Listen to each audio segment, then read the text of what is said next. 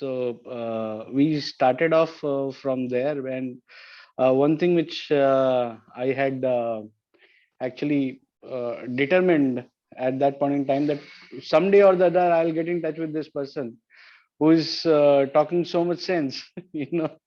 And fortunately, I think after about 2 years, I got your number and I got in touch with you. So I think our entire research is resonating your thought process only. So while you were doing more of your research into farming and permaculture, we were doing our research into resurrection of the native ecology.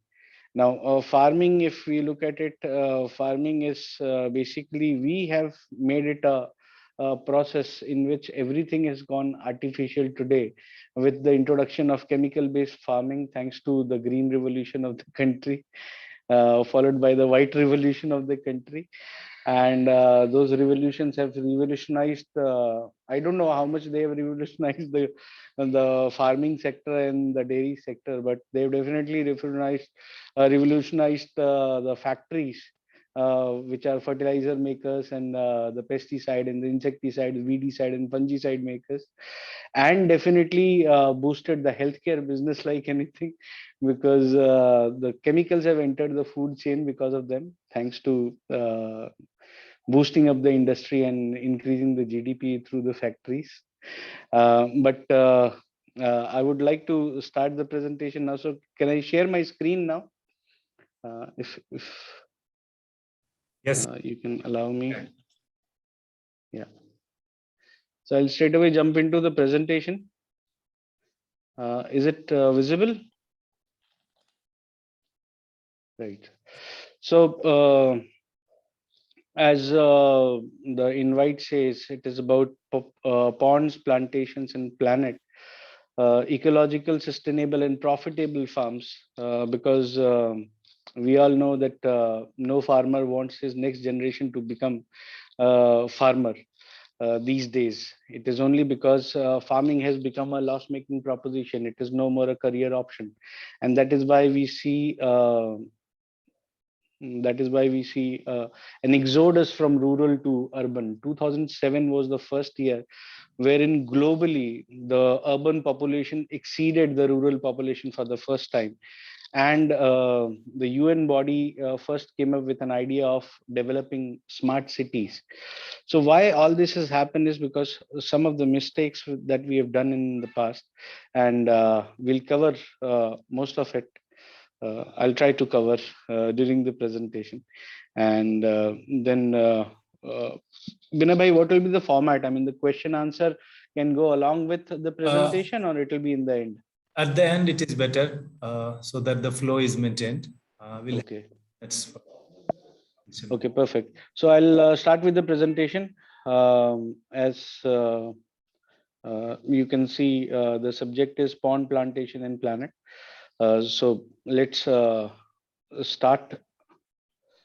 The agenda or the flow of the information will be like sustainable agriculture, a case study wherein I'll be showing a video, which is a case study that we have already done in Chhattisgarh. Then we'll talk about natural farming, the chemical-based farms and the myths, agriculture and contribution of India into agriculture. Uh, Before the green revolution, of course, and water, soil, and air, how it constitutes an ecology and how it creates a microclimate at the farm. Then we'll talk about rains, the natural phenomena, and how it is linked to fertility. Then coming on to the current government's ongoing campaign for more crop per drop, low input, high yield, high quality, and high quantity, and the multiple crops from the same farm, making the farmers profitable. And we are not talking about doubling or tripling the farmer's income. We will be talking about a profitable enterprise. So that will be the flow of the presentation. Now coming on to the sustainable agriculture, a case study. Let's move on.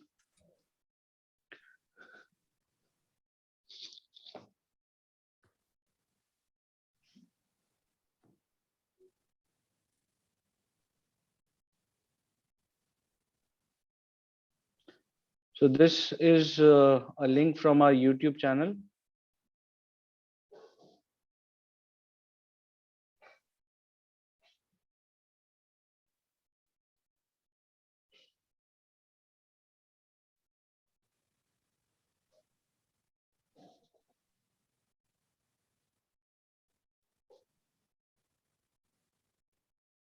I guess there is some problem in. Let me just No problem. note where exactly is the problem.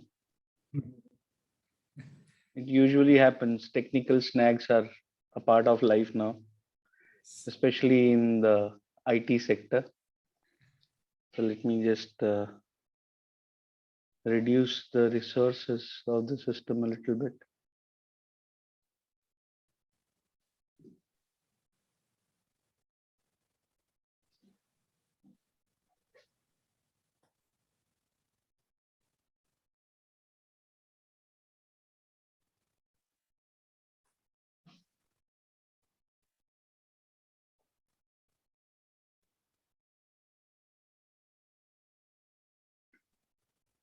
So guys, still he the technical issues.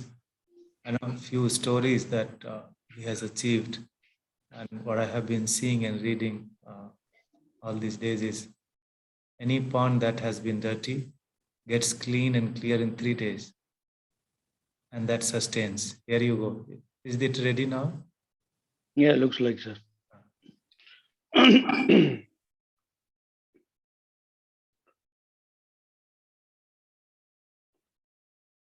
So this is a YouTube case study from Chhattisgarh.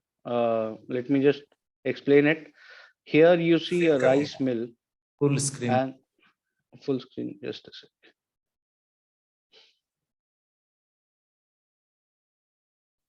Yeah, what you see here is this is a rice mill, and the wastewater of the rice mill is so bad that if you put it into the land will become a wasteland. It will no more be fertile.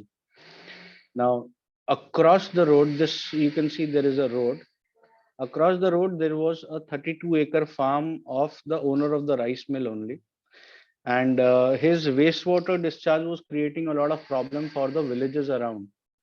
So every now and then there was some or the other village which was doing dharna in front of the rice mill, and of course he was an industrialist and he wanted a profitable but a peaceful life. So he was actually looking at a solution what exactly could be done. So that's how he got in touch with us, and we proposed that if you can collect this wastewater, we can treat this wastewater, and we can make it usable. So this is what he did. He laid a pipeline for the entire wastewater for the rice mill to come and get collected into this pond. And this structure that you see is a cow shed which already existed into his land. He had about 30 35 odd cows, and this is the place where he has a biogas plant. So all the cow dung and the cow urine was going into the biogas plant, and then there was another waste which he had, that was the biogas plant slurry. After they have taken out the biogas, the slurry was to be discarded, and that again used to get discarded in a drain which was alongside the road. So this also he wanted to get rid of. So what we told him is collect the wastewater from the rice mill and collect the slurry of the biogas plant also into the same pond, and here we'll do the treatment, and this water will get rejuvenated. The first use that you have is you can actually make the drinking water available to the cow shed. He said, nahi, गाय तो गंदा पानी नहीं पीती है. So we said that itself is the first testimony. अगर गाय पानी पिएगी, that means water is good. So he said, अभी तो मैं बोरवेल का पानी I'm arranging for all the cows. I said, fine. आप बोरवेल का पानी भी देना, और आप ये जो हमारा ट्रीटेड वाटर है, जब हम कहेंगे तो आप ये भी ऑफर करना. आप खुद देख लेना कि गाय कौन सा पानी पीती है. And he was astonished to see that all the cows started drinking the water which was treated in the pond instead of the borewell water. So this was a much more potent water. That is why we call it an alive water. So the treated water becomes alive, but then obviously the water volume was too high compared to what the cows could drink, because he only had about 30-35 cows. So we proposed him ke aap ye pani ko why don't you use it into farming. So he was again very skeptical कि नहीं ये तो पानी तो rice mill का पानी है, हम खेतों में डालेंगे खेत बंजर हो जाएंगे.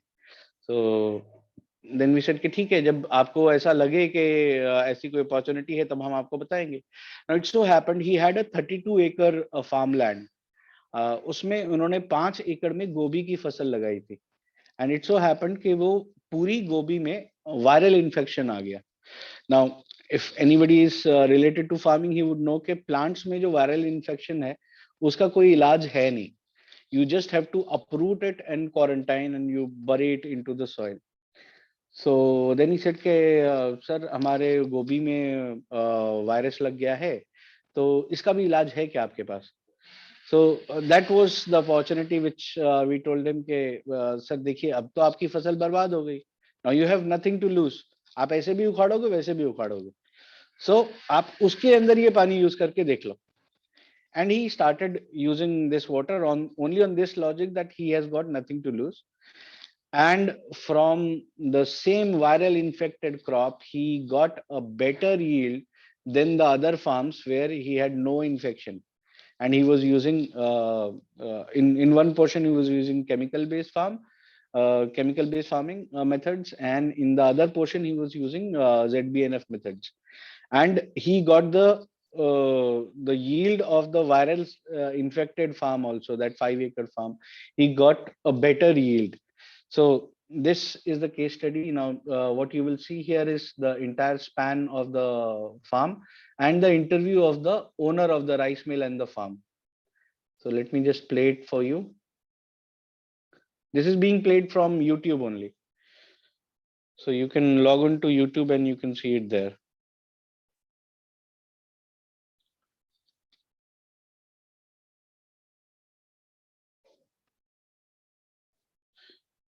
So this is Kela Rice Mill and Kela Farms in Raipur, Chhattisgarh.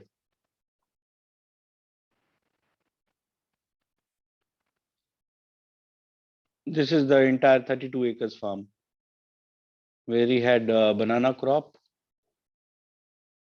and he had, okay, voice is not coming. He is the owner of the farm.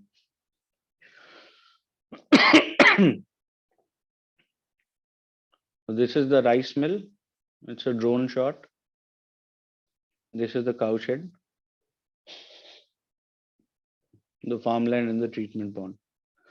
The treatment is very simple. We just have to study the water body. We make a herbal concoction, which is the medicine, after studying the water body. And this is diluted into the fresh water from the same agroclimatic zone. And it is just poured into the water body at any one location. And in presence of sunlight, the entire water is the medicine gets synthesized in the aqua ecology, and the resurrection process starts. So this is basically why we call it sustainable agriculture, is because we're using wastewater, making it a potent and fresh water, and then using the same water for the sake of agriculture. And the agriculture farm goes disease, pest, and weather resilient. The input cost is reduced, it is minimized, because there is no fertilizer input required, no insecticide, pesticide, or weedicide, or any hormones or anything. It is completely happening on its own. That is why, I mean, in India we used to have this saying that uttam kheti madhyam ban adham chakri. I mean, that was the hierarchical interpretation of what all career options you have. Because in kheti, that entire input is based on nature, so you don't actually have to do much of the things. But That can only happen when the basic native ecology of the farmland is there in place. And that is why we use water bodies to rejuvenate it, because when we create a water body, the bottom is soil, then we have water, and then we have air. So if it is rejuvenated, it is taken back to its native condition, then obviously there is a ripple effect in the soil and in the air, and that creates a microclimate in the farm, which is good for any kind of life exuberates. And that is what we will cover in this presentation. So let me just move on.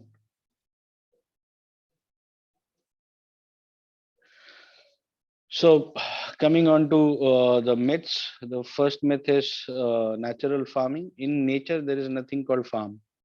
There are only jungles in nature. So maximum what we can do is we can get inspired by the nature and take the farm closer to the natural reality. And that is what we used to do into our own agriculture, which was all abolished by the Green Revolution. And Green Revolution brought in the chemical based farming. Now that created another myth, which is being taught in almost all the agriculture universities across the country, that soil fertility goes down with each crop. Then they say the yield and the quantity is definitely important, but whenever the so-called organic agriculture people are talking about shifting from chemical-based farming to organic, they say the yield will drop by 60%. So that means chemicals are better than nature itself. How is it possible? And then, if you actually look at agriculture across the globe, the entire fight is with disease, pest, and weather irregularity. And of course, making the irrigation happen, because water is not available everywhere and water scarcity is there. I mean, if you look at the water abundant country like India, also, uh, we have been naturally designed as a water abundant country. But in 2019, when the Jal Shakti Mantralaya was created, the first statement which the Honorable Minister gave was 54% of the country is under acute water stress, and 22% of the underground aquifer has been depleted. So, if it can happen with a country like India, where in almost all the cities in India are cities of lakes, I mean, now that we are working on water bodies, we understand in every city there are at least 15 to 20 lakes. There are cities like Hyderabad wherein we have 180 water bodies. There, I mean, if you go to Varanasi, like right now, I'm just coming in from Varanasi, and I just reached Lucknow. Varanasi, there are 65 water bodies of archaeological importance only. Apart from that, there are about 110 water bodies across the city of Varanasi. You go to northeast, people expect that there won't be much of water bodies because it is all hilly area. But you have a Ramsar site in Guwahati, that is Deepor Bill. If you go to Manipur, you have Loktak Lake.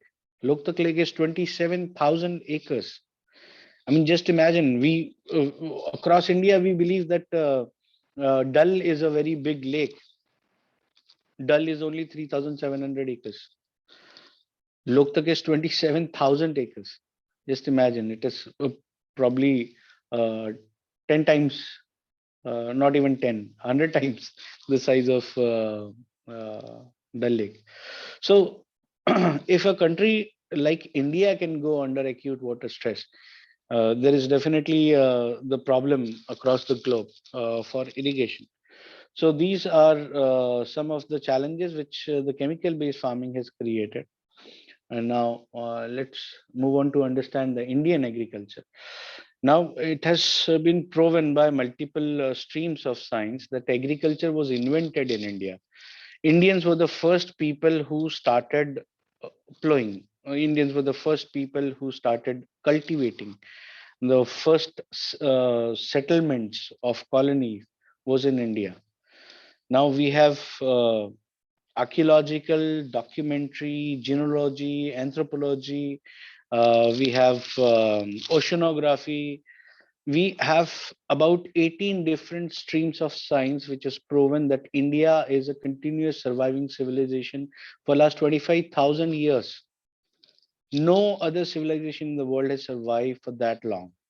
And it is a continuous civilization. It's not that it occurred and it went away. I mean, that Harappan civilization that came and then that went away was not the end of civilization in India. That in every puja, when we say Jambu Dvipe Bharat Khande, so that means this entire Akhand Bharat, which includes Afghanistan of today, Pakistan of today, then we have Bangladesh, and we have Myanmar, we have Nepal and Bhutan. This entire landmass was called Jambudvip, Aryavrat, or Bharatvarsh, right? And this is a continuous surviving civilization for last 25,000 years, proven by 18 different streams of science. If you want to go through a book, there is a book available on Amazon, which is Dating Ramayana and Mahabharat by Nilesh Oak. You can go through that book, and he has proven it by multiple streams of science that how India has been a consistent civilization for last 25,000 years, and you will get all the different streams of science proving it. Right now, just imagine. In the last slide, I just spoke about how agriculture universities are teaching that with every crop, the soil fertility goes down. And India has got a tropical weather. We've been taking at least 3 crops a year. So in last 25,000 years, India should have become a wasteland, taking 3 crops every year. How come we survived before the Green Revolution? That means we must have cracked the Sustainable Agriculture Code. That was the Indian science of agriculture, right? Agriculture is to be done, but if you look at dairy sector, in when you have to take milk out of the cow or the buffalo, we call it dohan, right? We are only supposed to take out milk from mm, only 2 thans, not 4, because 2 is a natural production for the bachada or the bachia, and 2 is what we have to take, right? That is basically because there is a factor of sustainability in everything that we did into the Indian culture, into the Vedic scientific culture, right? So what we are discussing is our entire journey has been into Vedic sciences, and that is how we have built up this technology. And we call this technology also as Cownomics technology. So it is basically linking cow to economics, and that is what is the name of the technology. We have taken all the inspiration from Vedic sciences only. It is we can proudly say that this is the only technology in the world which is based on Vedic sciences for resurrection of the native ecology in soil, water, and air.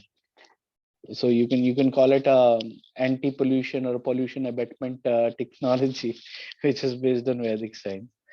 Uh, so this is just giving you the background of how Indian agriculture science was developed.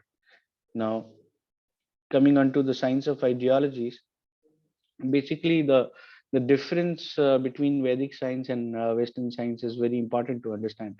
Western science says we have to understand nature to tame it.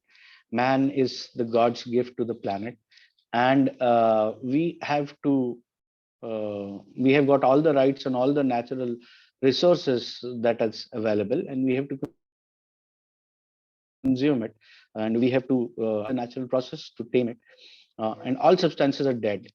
So water is H2O, soil is dirt, and air is mix of all gases. This is what they understand about nature. As far as Vedic science is concerned, we understand that man is just a manifestation. It is all nature all around. There are 5 key elements to life. Without these elements, life would not be possible on the planet. And these 5 elements are called Panch Mahabhutas. Now, these are Chitijal, Pava, Gagan, Samira. So soil, water, and air are 3 of them. They are all living ecologies because they are the source of life on the planet. And to give you an example of how deep is our understanding of nature, this which starts with Om Purnamada Purnamidam Purnat Purnamudachate Purnasya Purnamadaya Purnameva Vashishyate.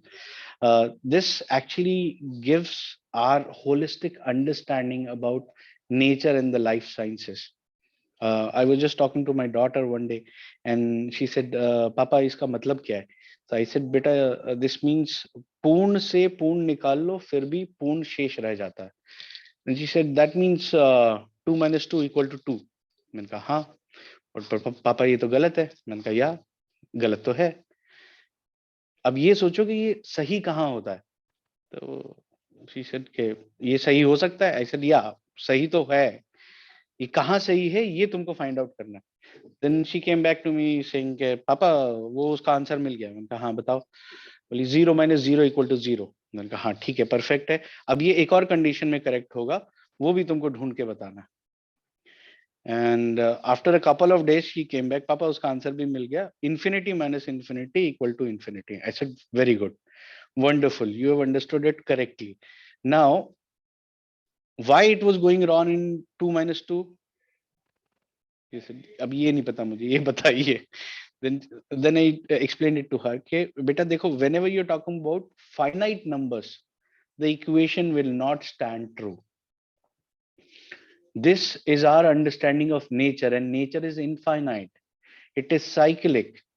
So 0 is a complete number, that is why it stands true in 0, and infinite is infinite, that is why it stands true in case of infinite. So if you're not talking about whole, this equation is not applicable. If you're not talking about nature, if you're not talking about life, if you're talking about physics, chemistry, biology, mathematics, it will not stand true. It will only stand true when you're talking about nature, when you're talking about life.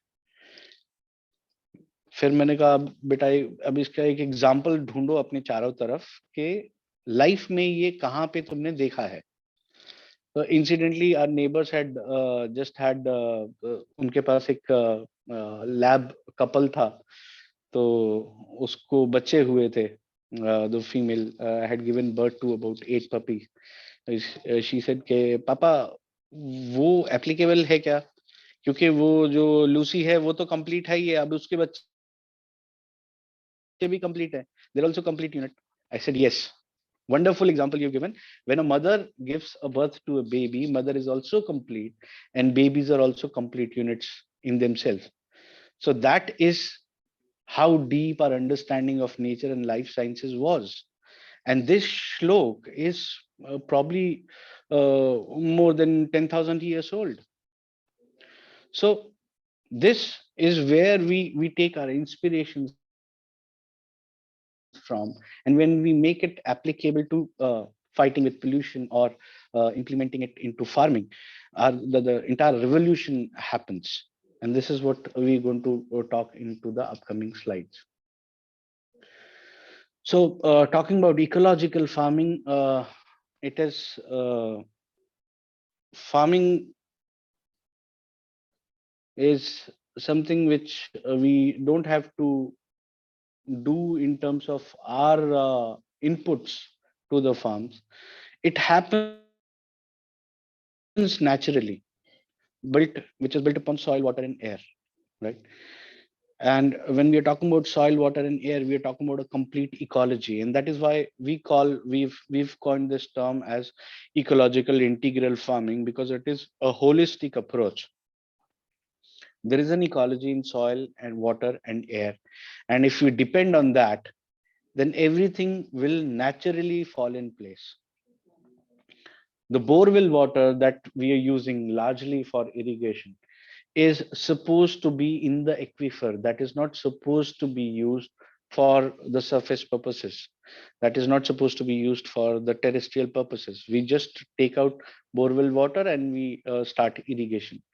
That is not the right approach, because the aquifer water is naturally designed to be there in the aquifer, and there is a purpose behind.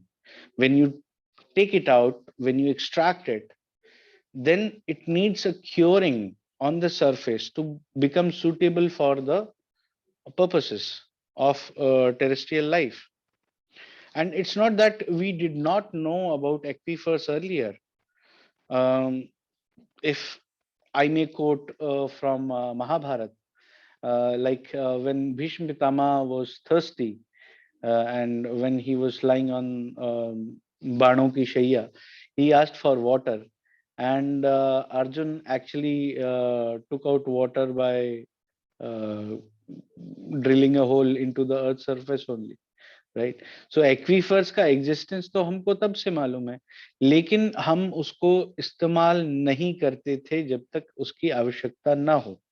Right, so it was very very important to understand what belongs where and how we can use it in a sustainable way, right?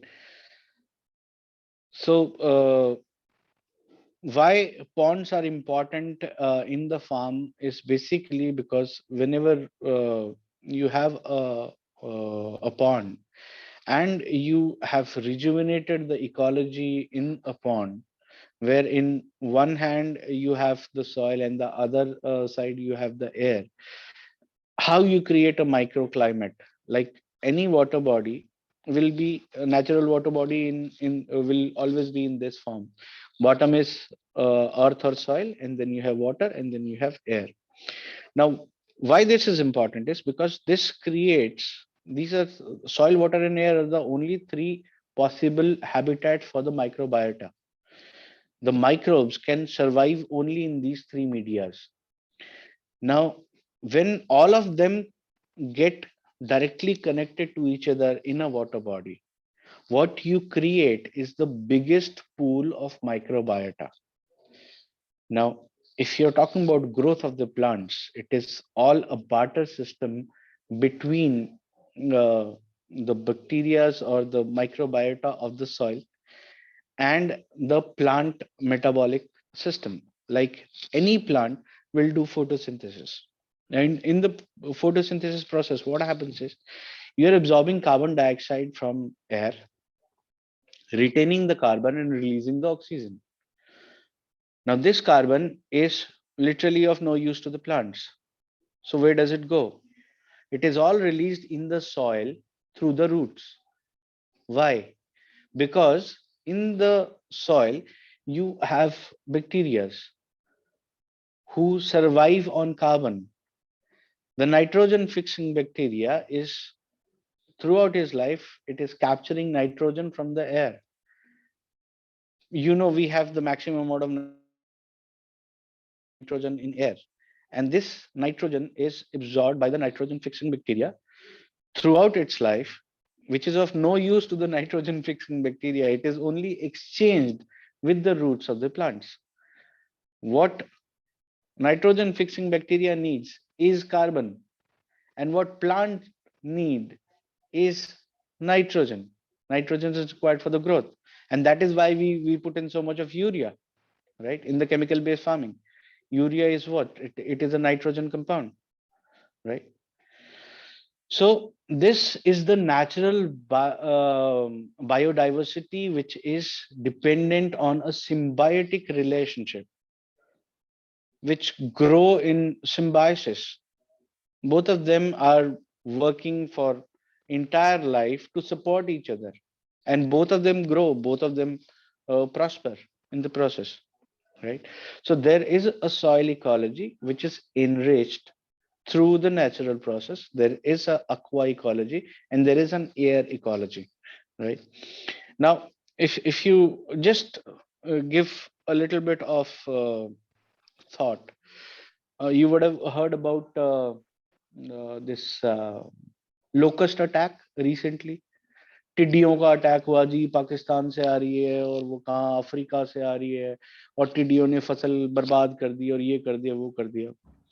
ठीक है, just imagine ये जो टिड्डियों की जो फौज आ रही है जो अफ्रीका से और पाकिस्तान से और ईरान से कहाँ कहाँ से होके आ रही है, don't you think they would be having a much better food available in a jungle?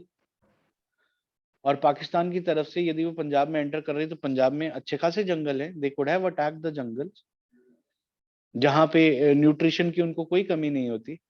Why at all did they attack only the farmlands? हो जरा It is येऊन only बोला ना. because हे खूप महत्वाचं आहे, there जरा आलात the तर बरं होईल. immunity is weak. हा वेबिनार खूप महत्वाचा Is आहे, somebody saying something? इथे आलात तर बरं होईल. हा हा. Hanji, you're not very audible. Hello, विनय भाई आपको आवाज You are सुनाई fine, the? sir. You are fine, sir. Perfectly fine. Thank you. Continue. Okay. So, why they go only to the farmlands is because the food is easily available. गार आहे. Because the immunity is weak. If they attack a jungle, probably they would or they won't succeed there. If they attack a farmland, the food is easily available. Right? So why food is easily available? Because the immunity is weak. Why immunity is weak is basically because the entire cropping, the entire farming is based on the support system. By adding fertilizer, NPK तो डालना ही डालना है जी, उसके बिना तो काम ही नहीं चलेगा. Urea, potash and phosphates and everything is required, and then so that the crop doesn't compete with the weed, then we put a weedicide. So it is not that weedicide is not affecting the crop is also going weak, right? Then we put in pesticides. I have visited, I've seen farms wherein due to so much of pesticide and insecticide spray onto the plants, and the weedicide and what not, all sorts of chemicals are being used.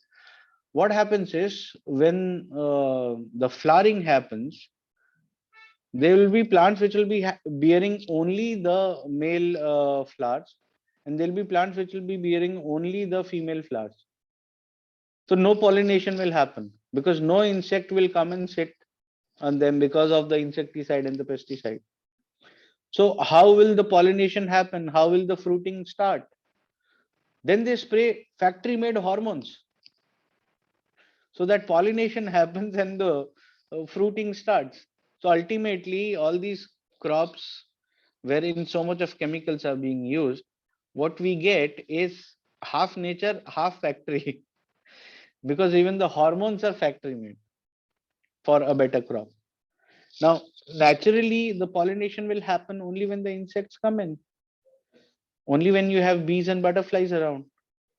They will uh, sit on the flowers and the pollination will happen. That is how the fruiting will start, right? So what we are doing in this entire process of what do you call sustainability of the factories, all the farmers who are doing chemical based farming or even so-called organic farming are actually living for sustainability of these factories, not their own sustainability, because they're buying the products and that is why the factories are going on, right? So what they're basically doing is they are working, all these factories are working on organism by organism reflex action. You know, if there is a bacterial infection, we'll put bactericide. If there is a fungal infection, we'll put a fungicide, right? So organism by organism, they have to create one or the other insecticide or pesticide, and they have to kill it, right? Now, the wonderful example that we have in front of us is COVID. Now, COVID, till last year, we all know there was no medication. There was absolute zero medication possible across the globe till the time the vaccines were not invented.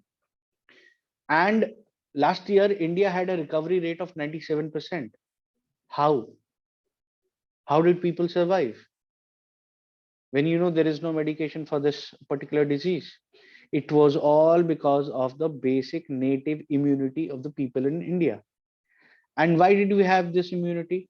Only because the kind of food that we were having in India, because we had so much of spices which were adding to the gravy of whatever vegetable we were eating, and this was creating a balanced water, right? The water that we drink is not giving us any kind of immunity, rather it is depleting our immunity, because 99% of India today is drinking RO water. RO water is demineralized water, right? The natural water will have two basic properties. One is a basic natural aquatic food chain and a complete electrolyte balance. Now, this electrolyte balance is creating wonders for the immunity of the animals who are drinking it. How? It's basically because two of our body systems, one is the endocrine gland system and second is our nervous system. These are the basic reflex mechanism, our defense mechanism, or our immune system, wherein first the detection of an intrusion is given by the nervous system, and then the endocrine gland system will secrete the antibodies so that we protect ourselves against any kind of infection. So today, if you ask most of the people, what is a healthy person? What is health? 90% of the people will reply that absence of disease is health. No, it is not. That's a wrong definition. The actual definition of health should be your capability to defend any kind of infection. You are as healthy as your immune system, right? Now, the same is applicable to obviously plants and animals as well, right? So, in our process, we don't work on the strategy of killing organism by organism. We rather focus on building the immunity of the plants and the animals which are there on the farm. If they have a strong immunity, obviously they can defend the infection, and that is what is more important. That is why when you have a pest attack, when you have an insect attack, it will not harm your crop, rather it will try and it will move on, because they also have a limited time, right? They also have to feed themselves. So if your crop is strong enough to defend the attacks, your crop will remain healthy. And this we have seen into multiple examples wherein we have worked with the farmers. So natural immunity boosting is very, very important. And when the ecology is in a good health, when the soil, water, and air are in the natural condition, the entire ecology is in a healthy condition. The entire nature, the entire life exuberates on the farm. You create a microclimate on the farm, and it attracts bees and butterflies and your ladybug beetle, and the entire pollination happens. When the natural pollination is happening, obviously you're getting a natural crop, and chemicals can never ever beat nature. That is why when you go natural, you have the better crop, not just in terms of quality but also in terms of quantity. And that is what we have seen into multiple examples. Now this is where the difference lies. If you look at it, uh, the natural irrigation is only via rains and dewdrops, whereas the artificial irrigation is primarily flooding and drenching. Now, why flooding and drenching is important, why it is taught in almost all the agriculture universities, is because the chemical fertilizers that we are putting into the farms, these are of no use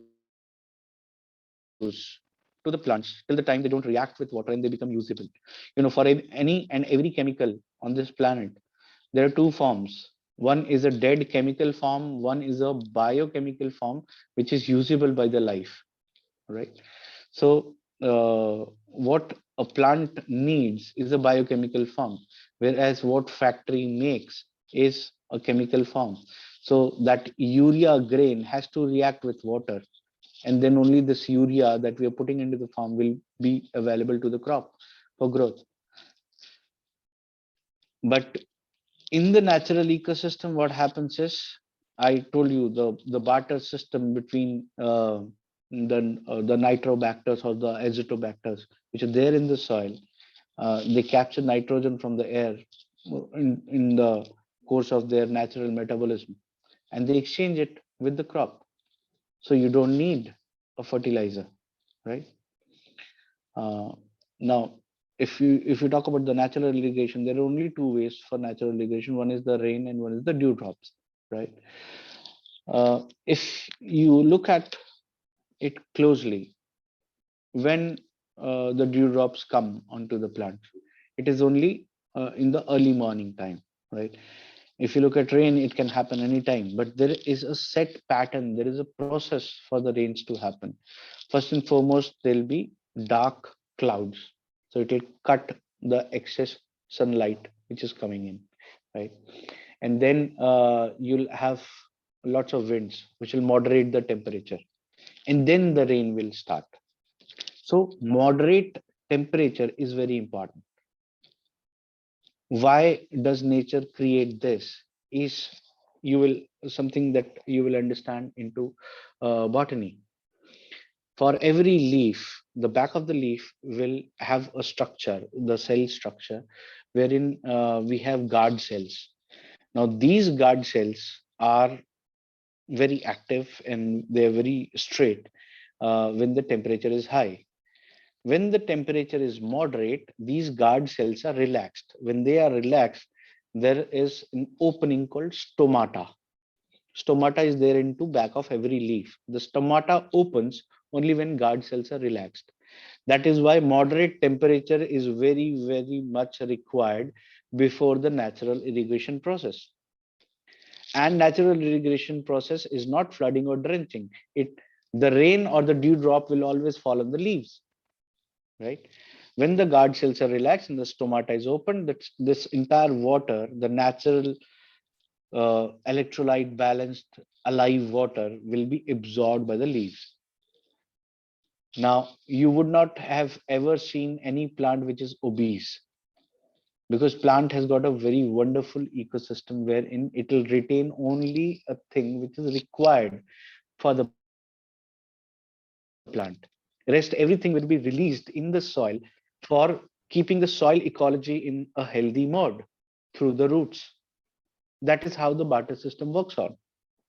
So if we have a plantation and we're doing the irrigation, which is foliar spray, which is not drenching or flooding, it will not just enrich the crop, it will also enrich the soil ecology, right?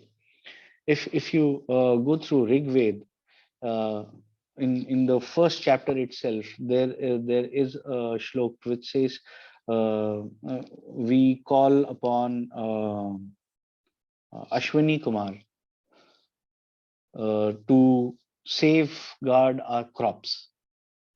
So when I was going through this, then I thought about understanding के यार ये अश्विनी कुमार है कौन?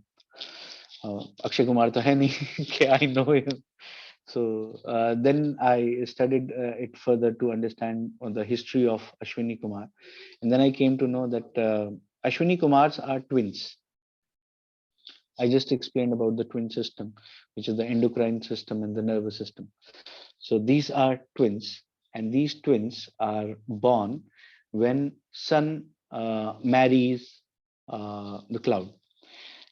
Uh, Now, why would sun marry the cloud? Because cloud is a phenomena which happens only in the planet Earth, and sun is a celestial body. So why will it happen?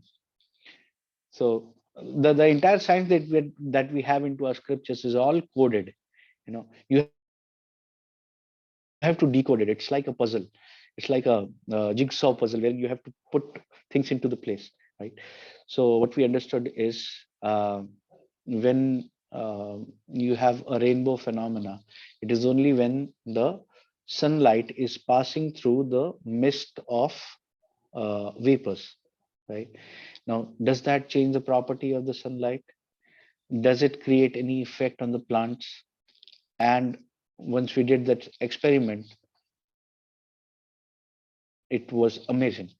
When you do the foliar spray on the plants in the morning hours and the sunlight falls on the plants via these droplets, you'd be amazed to know there is almost a 73% rise into the chlorophyll of the plant. The plant metabolic rate increases. This actually affects the plant immunity. The plant goes stronger. The silica content goes higher. The plant is much more stronger now, right? So this is all the entire process which is uh, encrypted into our scriptures, and that is what we understood, and we experimented with it. We experimented literally into the farms, and we saw that the global community doesn't have a solution for the viral infection in plants, and we have the solution. Even the viral infected plants have given better yield than the chemical farms. And right from the first crop cycle, there is not even a single gram drop in the yield. If you're getting, let's say, 10 quintal from a chemical based farm, I can assure you at least 11 quintal from the first crop cycle. Okay, that is when you don't stand against nature by interfering with the ecology. Rather, you stand in support of the ecology. It's nature based farming. It is nature based farming. It is not natural farming. In nature, there are no farms. In nature, there are only jungles, right? How to create a jungle is what Vinay Bhai is teaching into permaculture, right? How do you create food forest, right? So that's not my subject. My subject is only about correcting the mistakes which the almighty Mr. Swaminathan has done through the green revolution. So that is what we need to correct. It is very unfortunate that farmers are agitating for MSP. Rather, they should be agitating for the correct methodology, because it was all government sponsored. The entire green revolution was government sponsored, right? So we can't go back in history and correct the mistakes, but at least now going forward, we have to correct our mistakes. And that is why, I mean, we left the IT industry and we started focusing on ecology and environment.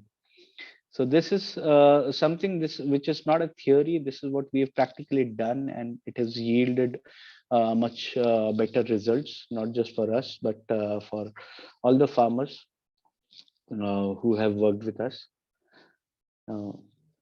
This is where we meet the agenda of the present day government: more crop per drop. Because when you're doing foliar spray instead of drenching or flooding, you're saving 90% of the water.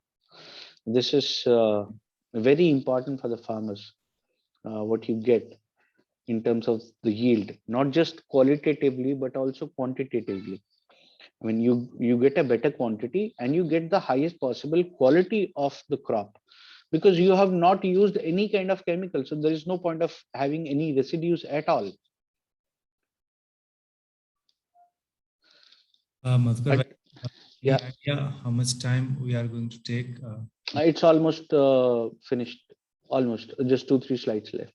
Okay, no problem. So I promise them. we are reducing on the input cost and we are increasing the yield. No fertilizer, pesticide, insecticide. So there is no other input except for irrigation.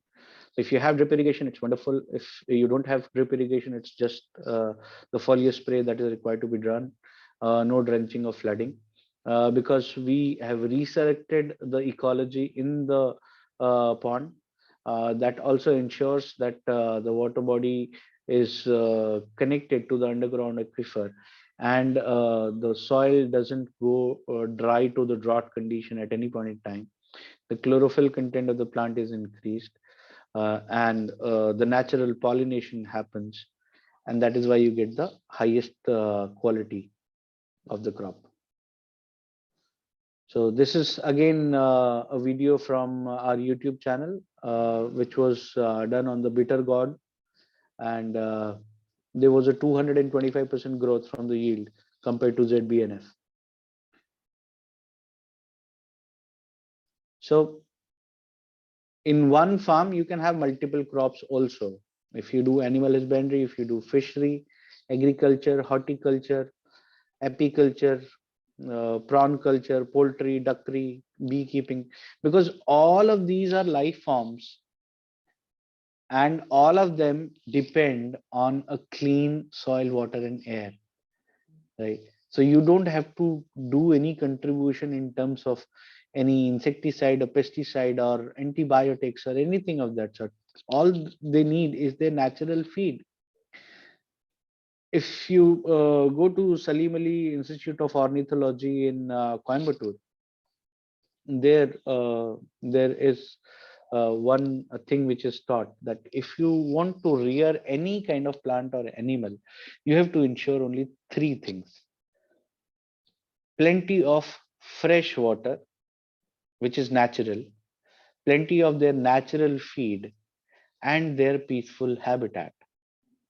All these three things you can ensure on your farm, and everything that you do will be an enterprise in itself, a profit center in itself. Agriculture is a separate profit center, dairy is a separate profit center, fishery or pond culture is another profit center, poultry or beekeeping is another profit center. Any kind of life will exuberate when you give its natural environment to the plant and the animal. So that's all I have to say. I think that's the end of the presentation. If you have any queries, you can ask your queries now. Uh, Swayambhu sir, good evening. I have a small request. Yeah. You have told that water purification is done of the rice mill effluent. Yeah. Okay, it is not an effluent. It is It is a highly rich in nutrients. Once we dilute it, we can reuse. That's obvious. And how do you reduce the microbial growth? Like how do you reduce the BOD and COD naturally? With what is the inoculant that you have used, sir? Okay. See, if you're talking about BOD and COD and all those 32 parameters of the CPCB, which has been defined for the STP outlet water or the bathing water or the drinking water, uh, those parameters are basically naturally met when the natural ecology is restored. In nature, there is nothing called waste, right? So when we are as I said, the process is we have to study the water body, then we make a medicine which is 100% botanical extract. It is diluted into the fresh water and it is poured into the water body. When it is poured in the water body, there is a change that happens on the chemical layer, which happens on the physical layer, there happens on the biological layer, right? Now, if you're talking about what happens on the chemical layer, uh, basically when you're talking about the COD, right? COD is the chemical oxygen demand. Why it goes down is basically because uh, when you are pouring in this medicine into the water body is being supplied with millions and millions of electrons.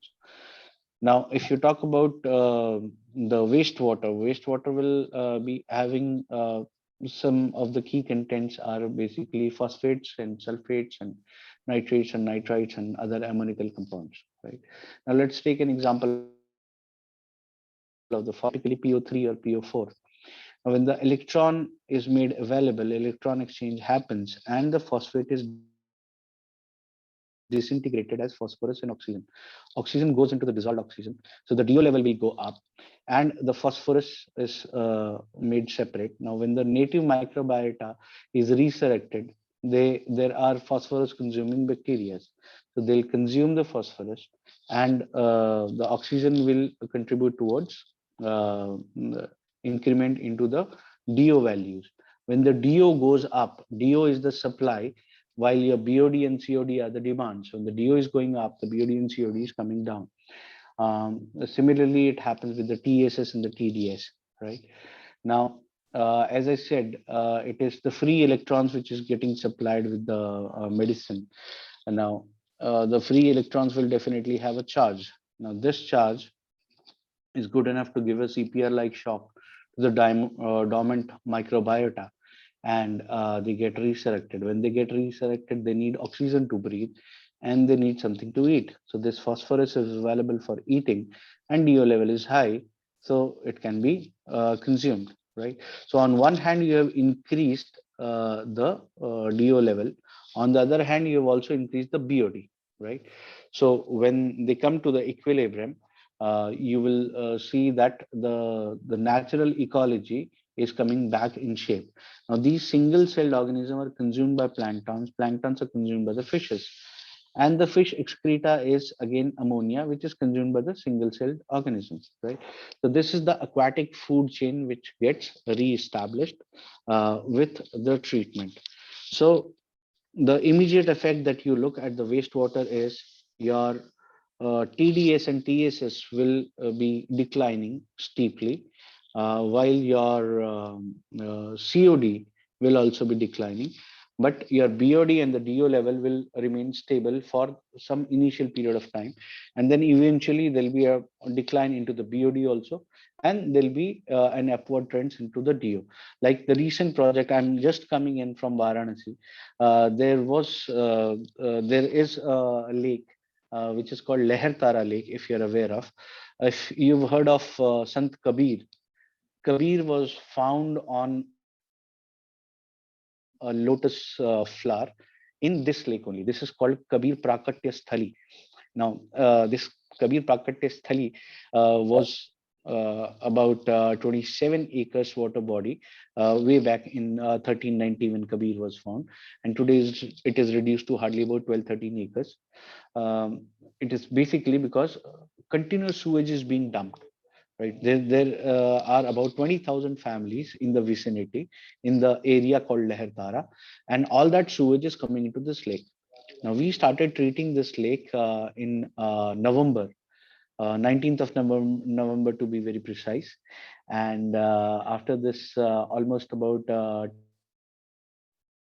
20 days of treatment, we had partnered with Uttar Pradesh Pollution Control Board, and they picked up the sample and they gave us the report of the pre-treatment condition.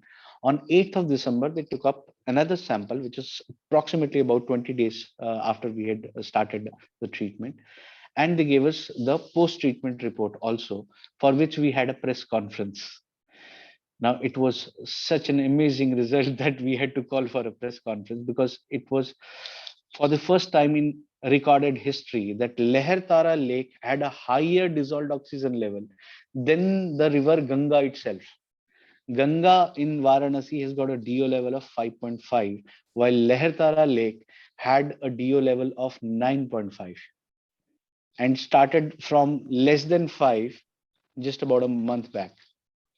It was 4 point something, and it become 9.5. So that is the kind of transformation which happens.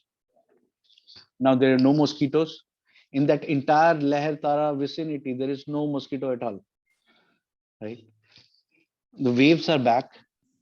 The transparency of water is wonderful. I mean, you can actually see the bottom of the lake.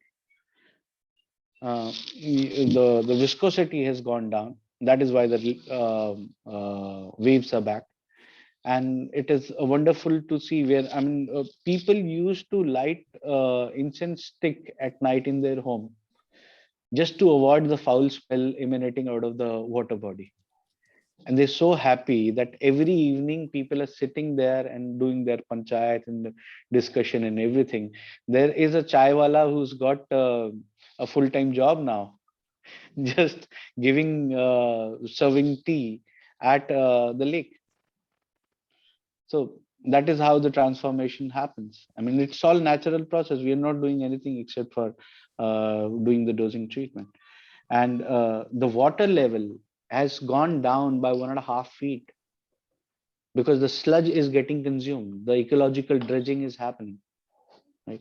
So that's how there is a ripple effect in the TDS value and the TSS values, and everything transforms. I hope I answered your question. If Yeah, nobody else your would- explanation is superb, sir. I fully agree with you. My only request is, could you kindly spell it out? What are the natural plant extracts that you use for the water inoculation?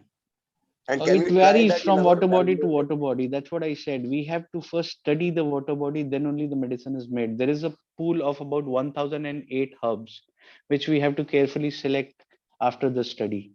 So we have to study the agroclimatic zone, the kind of input which is coming in, if there is sewage water, if the inlet has got industrial effluent, if there are weeds, if there is algal bloom, if there are weeds, what kind of weeds are there? There is zola, or there is hydrilla, there is hyacinth. What exactly is the kind of weed? All that will matter in choosing the herbs. So Yeah, it will I vary got your point. from water body to water body. I got your point. It depends upon the condition of the water that we need to treat. And I have tried way back using the hydrilla, valsnaria, something like that. And by getting the DO level increased, also lake water also precipitated and improved in a smaller scale. Thank you, sir. So, Thank you, sir. so we are working on the same Yeah. ideas. So what was the lake size and what was the investment? I didn't get you, sir. No, Can you please come again? what was the size of the lake in terms of acres, and what was the return? Investment on the lake. Sir, the cost- size of the lake the cost. varies from project to project. No, Like the we which have the done 1 acre water body also. We have done 20 Lehar acres Tara water Lake, body also. Lehar Tara Lake, which you have done. Leher Tara Lake is about 12.5 acres today. Okay, so what was the cost for that one? Oh, that is being done by CSR. So there is a partner involved. There is one organization called NOC Foundation. They but are the still- one who are doing it. No, but still the cost at least Sir, I'm really approximately. sorry. I'm not a commercial guy. I won't be having those answers. I can actually get those answers from my colleague who takes care Yeah. of the commercials. No, yeah, just to have in near our area also, there is one lake in Bangalore called Chandapur Lake. Uh-huh. It is full of industrial hazards actually, Okay. including the big peoples like Biocon and other things. They are dumping like anything. Uh-huh. So that we are planning to rejuvenate, and we have already rejuvenated 2 lakes with Raj Kalves and other things. Uh-huh. So just I wanted to know the cost effectiveness. Yeah. I Yeah, we think can I connect won't through be the able Vinay to sir. give you the exact idea, but I can give you one example that I remember. We were Yeah. doing one lake in Ayodhya. That was a 5-acre lake, which used to have 5 MLD of untreated sewage every day. Okay.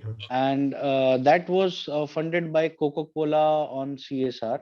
So the 1-year treatment costed them 60 lakhs. Okay. So Per year. Yeah. yeah, 1 year was done, and later on they came up with a tender. So the Ayodhya Development Authority actually took over from there. So that was, I mean, what you have to consider is not just the size of the water body, also the amount of wastewater which is coming in. So this was primarily domestic sewage, 5 MLD of domestic sewage coming into a 5-acre lake. So I think that gives you a fair idea of what you were asking, right? But exactly, if you can share the location of the water body that you're talking about, we can conduct a study. What we need is only 5 inputs. One is the long lat of the water body, the problem that you're facing, like there is a foul smell, a mosquito breeding, or any kind of weeds, or any kind of typical problem which you have. Then I need a photo and the video of the water surface. I need to know the kind of plantation which is there on the embankment. If you have the water quality test report, you can share that. If you don't have that, you can simply take the water into a transparent bottle, and keeping the background as white, you just have to click a photo and share that with us. Rest we can do. So that will be good enough for us to conduct a study, and probably we can give you some sort of idea for the price point also that will be required. Okay. Thank you. Thanks a lot. Madhukar bhai, this group is mainly the potential farmers, practicing farmers as well. Someone on the terrace, some in the balcony, and some in the acres of farms also. Right. And as you rightly said, the whole country is struggling with the water availability, more so about the groundwater. And we study to whatever extent we can in this advanced permaculture about thing that aquifer and all that, वो ऊपर से आता है, नीचे से आता है, सब करते हैं study. But still there is a big practical question or gap in mind of farmers, practicing farmers, that if they dig a pond, तालाब अगर खोदते हैं तो पानी टिकने के क्या क्या ये हो सकते हैं on that small scale. If you have some trick or something like that, because all this BOD, COD and all that, तो मुझे तो कुछ पता ही नहीं चलता है. DO आपने बोला तो मैंने कुछ गेस किया कि dissolved oxygen, बट बाकी ठीक है. वो जो प्रसाद जी जैसे पढ़े लिखे लोग हैं वो समझ लेंगे chemical, but no. Yeah, sir, one question, sir. If can I ask, Bhaiya? Yes, I was asking your question. तो if अभी गोमूत्र और गोमय से आप कितना शुद्ध कर सकते हैं पानी को? Okay. See, अभी जो विनय भाई ने क्वेश्चन पूछा था कि पानी को हम if we create a water body, can we make it sustainable? Can we make it perennial? So यहाँ पे सबसे बड़ा रोल आता है आपका गोबर की खाद का. That plays a very very important role, because basically अगर आप देखेंगे मिट्टी जो है, nature has created soil to be above water, not to be below water. तो जब भी आप एक गड्ढा खोद के पॉन्ड बनाते हैं, so the soil goes below water, and this is where the weathering process starts. जो वो बहुत सारे लोग ऐसा कहते हैं कि हमने तालाब बनाया और तालाब का सारा पानी सूख गया, right? So where does that water go? That water goes, that water leaks into the soil, adding to the soil moisture, right? For the water to retain in a pond, what is very very important is to create an equilibrium between the soil ecology and the aqua ecology, right? ये equilibrium naturally बनने में time लगता है, because water का जो molecule है, अगर आप उसको deeply study करेंगे तो आपको ये पता लगेगा, it is a bipolar molecule. ऊपर नेगेटिवली चार्ज होता है, नीचे पॉजिटिवली चार्ज होता है, बीच में ऑक्सीजन होता है. Hydrogen ions are there which are positively charged, and then there are 2 electrons on the top which are negatively charged. अब कोई भी बाइपोलर ऑब्जेक्ट को जब आप मोशन देते हैं तो it will rotate like the earth rotates, right? So because of the gravitational pull, the earth is revolving around the sun, but because of this motion the earth is also rotating, which is causing day and night, right? So any bipolar substance, when you give motion to it, it will rotate. So पानी जो है वो भी जब आपके pond में होता है, and when it is doing this rotation, the soil below the water is getting grinded and is getting converted into silt, which is the nanoparticle of soil. अब ये silt जो होता है, this opens the soil capillary, मृदा को कोशिका को स्थापित करता है, जिसके through the surface water body gets linked to the underground aquifer. Now this link makes the water body perennial, because during the monsoon, when there is excess of water on the surface, the water will go and recharge the aquifer, and reverse of this will happen during peak of monsoon. When the evaporation rate is high, the water will be pulled up from the aquifer. अब ये process होने में naturally it will take a lot of time. Now when you want this to happen in a faster mode, there is a catalyst required, and that catalyst is cow dung manure. तो यदि आपके पास जो देसी गाय है वो उपलब्ध है, which is the scientific name is Bos indicus. जो भारतीय गाय है उसका नाम भी इंडिकस है. So if you have any of those 39 breeds, now this is also very interesting. Why do we have only 39 breeds of cows in India? If you go through the history of cows in India, originally there were only 5 cows, and then our Vedic scientists, the Rishi Munis, they created crossbreeding and they created 39 breeds of cows. Why they created only 39? Why did not they create 40 or 42 or 35 or 30? It is only because जो मैंने शुरू में बात की थी भारत खंडे जम्बू द्वीपे, तो भारत खंड जो है उसमें अगर आप एग्रोक्लाइमेटिक जोन्स को स्टडी करेंगे तो टोटल 39 एग्रोक्लाइमेटिक जोन्स ही हैं. तो भारत में गाय का महत्व, जो हम गाय को माता बोलते हैं, now this is also very very important to understand कि हम गाय को माता बोलते क्यों हैं. Because why touching this topic is because this was our start point. We started a journey from there only कि गाय को माता बोलते क्यों. And nobody was able to give us a relevant and a logical answer, which we understood after the research work of 10 years. कि human economy जो है, 99% of the human economy is dependent about around 17 metals and minerals. Now we are just consistently consuming these metals and minerals and we're stopping the cycle because हमने mining करके ore निकाला और उसको consume कर लिया.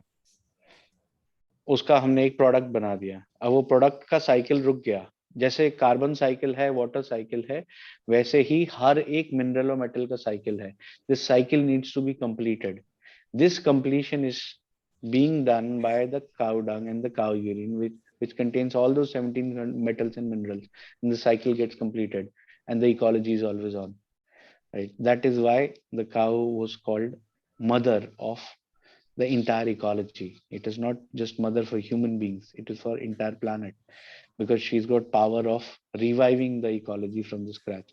And that is where the role of cows in agriculture comes in. I mean, it was not that India was a agriculture based economy and we were dependent on cow for agriculture. No, that was not the correct approach.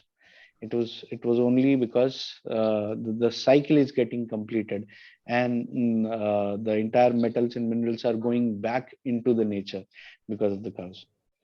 Sir, just to pause you there, you said 39 microclimates which have been there, which is basically equivalent to the 39 species of cows. No, it's not microclimate, it's agroclimate. Agroclimate, okay. Now, okay. Got it. Prakash Jaiswal ji, you were asking some question, you raised your hand. No, So it's not yet complete. तो गाय का गोबर का क्या करना? So when we using that as a catalyst, when we are creating a water body in the farm, so we have to create the bed of the cow dung manure, which you have the Bos indicus. If you have that, it is you can call it the potency of 6x for creating the equilibrium. If you have buffalo, then it will be 2x, and if you have only the mixed breeds or the jerseys and the Holstein or the European breed of cows, then it will be x. So that is the difference in the quality of the cow dung manure for establishing an equilibrium between the aqua ecology and the soil ecology and retaining water in the pond. You mean layering करना? नहीं विनय भाई, जब pond बनाएंगे तो bottom में हमको एक layer of cow dung डालना पड़ेगा, उसके बाद हम पानी भरना स्टार्ट करेंगे. उसको सूखने देना समथिंग? नहीं, मैन्योर चाहिए, ग्रीन नहीं चाहिए. Green Dang is not required, it is only cow dung manure. We'll have to create a bed in the bottom and then we start filling the water. Then we start doing the Cownomics dosing, and that entire cow dung manure bed which has been created in the bottom will start getting consumed in the ecology and that equilibrium will get established. मतलब यहाँ पे दिल्ली में if you go towards Jaipur, from Delhi to Jaipur, जो इलाका आता है गुड़गांव से Ajmer road वाला, that has got sandy soil. मतलब वहां तो गांव वाले सब आके खड़े हो गए थे कि यहाँ तो पानी रुक ही नहीं सकता जी, आप क्या कर रहे हो, you will be wasting a lot of water. And we created a pond which was there for almost 1.5 years. तो वो पानी रुकने का कोई टेंशन नहीं है। Everywhere the nature is good enough to actually sustain it. Madhukar ji, thickness कितनी रहेगी वो मैन्योर बेड की? मैम वो एग्रोक्लाइमेटिक जोन पे वैरी करेगा। Yeah, so if you can share the location where exactly you want to create it, we can actually get back to you on that. Sir, they also say that a banana का जो that stem होता है, उससे they basically use it for creating a natural मतलब to seal the pond layer system. वो उससे कुछ होता है क्या? Sir, I have not studied that system. Definitely, if it is a traditional system, it must be having a scientific base, because हमारे यहाँ पे कोई भी चीज ऐसी नहीं है जिसमें कोई scientific base नहीं है। जायसवाल जी, we have only 39 breeds of Indian cows. बाकी आप जो 100 breeds की बात कर रहे हैं, they are all cross breeds. वो जर्सियन होल्स्टीन के जो क्रॉस ब्रीड्स होती है, मैं उनकी बात नहीं कर रहा हूँ। I am just talking about the native Indian breeds of cows of the scientific name Bos indicus. Sir, जो 5 आपने बोल रहे हैं ना सर, आप उसका आधार क्या है? जो 5 से 39 हुआ है, उसका कुछ ग्रंथ का उल्लेख है? सर, ग्रंथ का उल्लेख तो मुझे ध्यान नहीं है, बट हाँ, इट इज ऑल मतलब whatever knowledge I have about the cows, it is all because of the Indian scripture studies, and I don't actually remember the reference for that. Madhur ji sorry, Jaipur में अगर ये करना हो pond में, तो इसकी thickness कितनी रहनी चाहिए जयपुर के सैंडी सॉइल? मैम, अगर आप लोकेशन शेयर करेंगे तो I will be able to give you the answer in the correct and precise format. Otherwise तो मैं आपको टेंटेटिवली बताऊंगा 1-1.5 फीट का रख लीजिएगा। Okay okay, thank you. बहुत बढ़िया।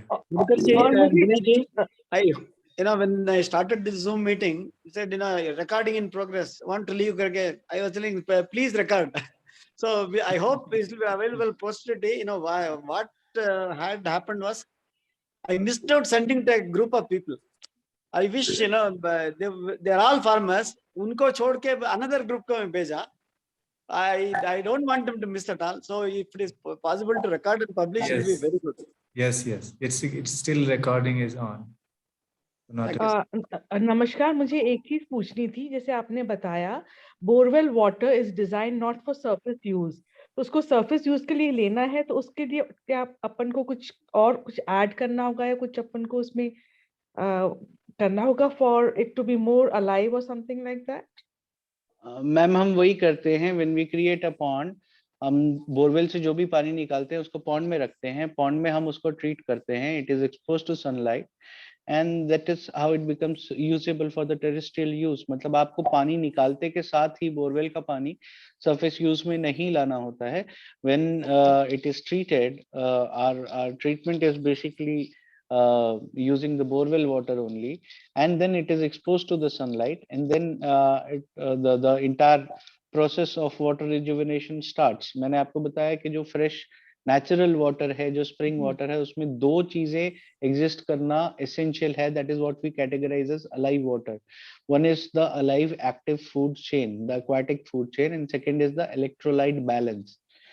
All the natural electrolytes are balanced in the surface water, and this water, when you're using for the plants or the animals, you are helping them boost up their endocrine gland system and their nervous system. That is why the reflex action or the immunity is increased, and that is why you go back to the natural health, the native health of the plant or the animal. Okay, and there's one more thing I would like to ask. We were talking about making a pond. So nowadays we also make pond with the plastic sheets at the bottom. So when we are talking about cow dung, So then those plastic sheets should not be used, and only the cow dung thing has to be used, and that is more beneficial. Ma'am, when you have plastic sheets, you don't have the ecology.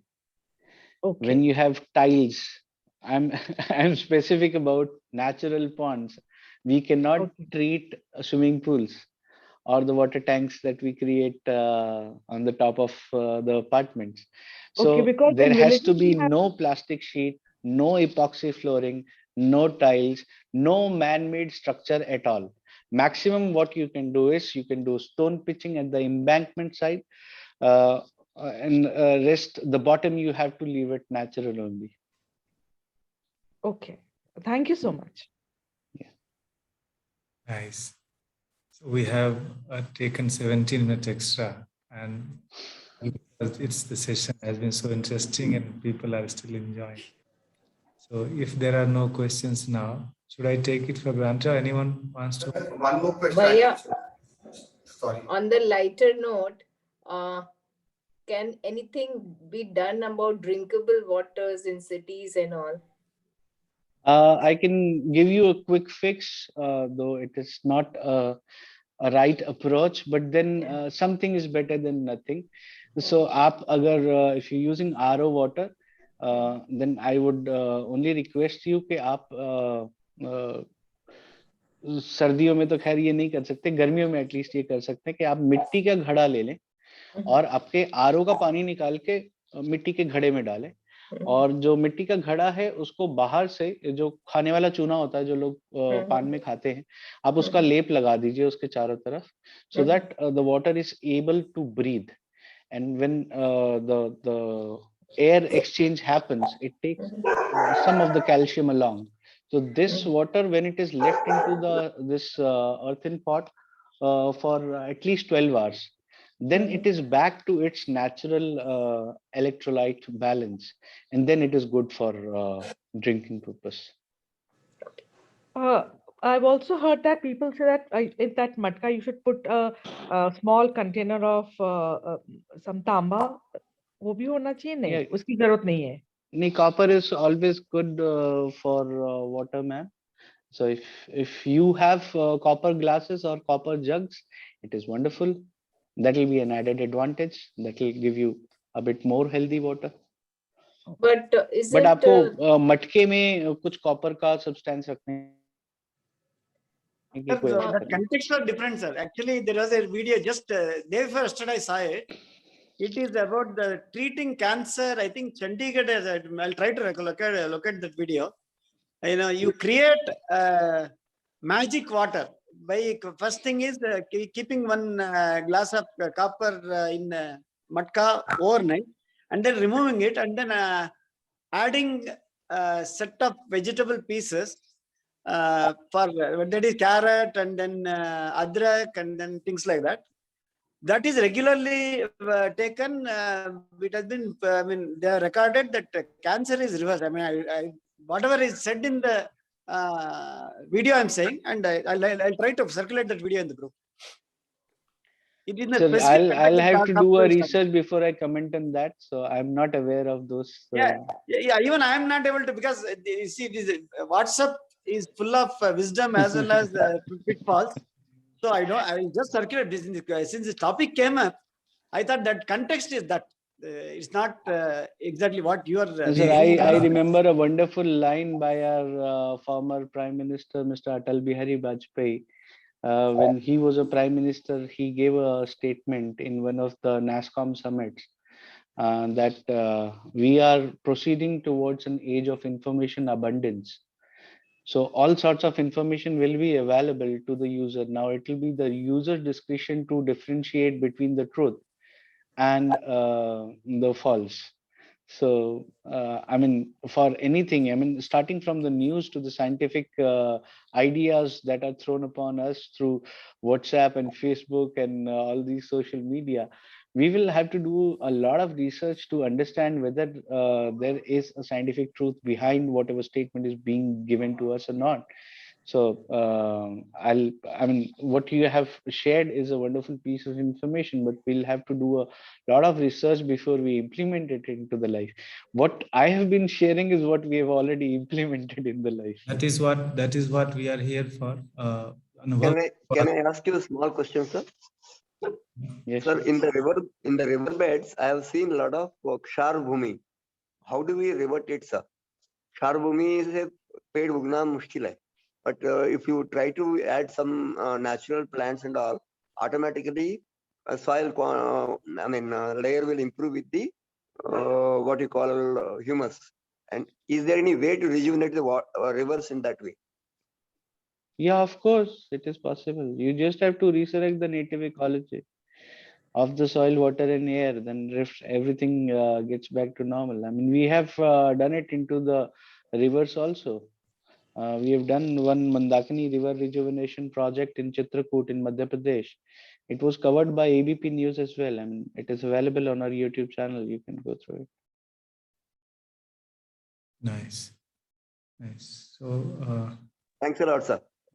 I think 1 or 2 session from Madhukarji is not enough at all. I was about to say that. Okay, will there be a sequel? you said it.